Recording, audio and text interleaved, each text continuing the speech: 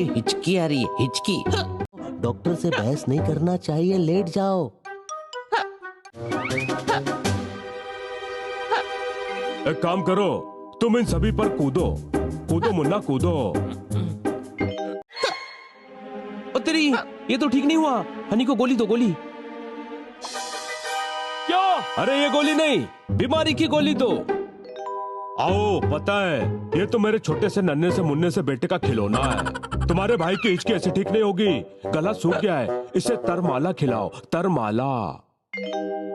हाँ, तरमाला? तरमाला मतलब?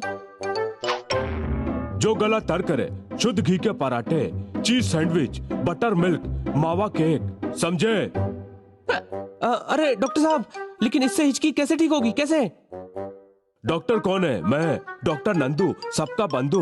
जाओ, जो कहा है करो, अभी मेरा शौक का टाइम हो गया है। शौक? हाँ शौक, मुझे टेनिस खेलने का शौक है। टेनिस खेलने का टाइम हो गया है। Get out, get out, I said get. फटने से मर जाऊंगा। नहीं हुई है।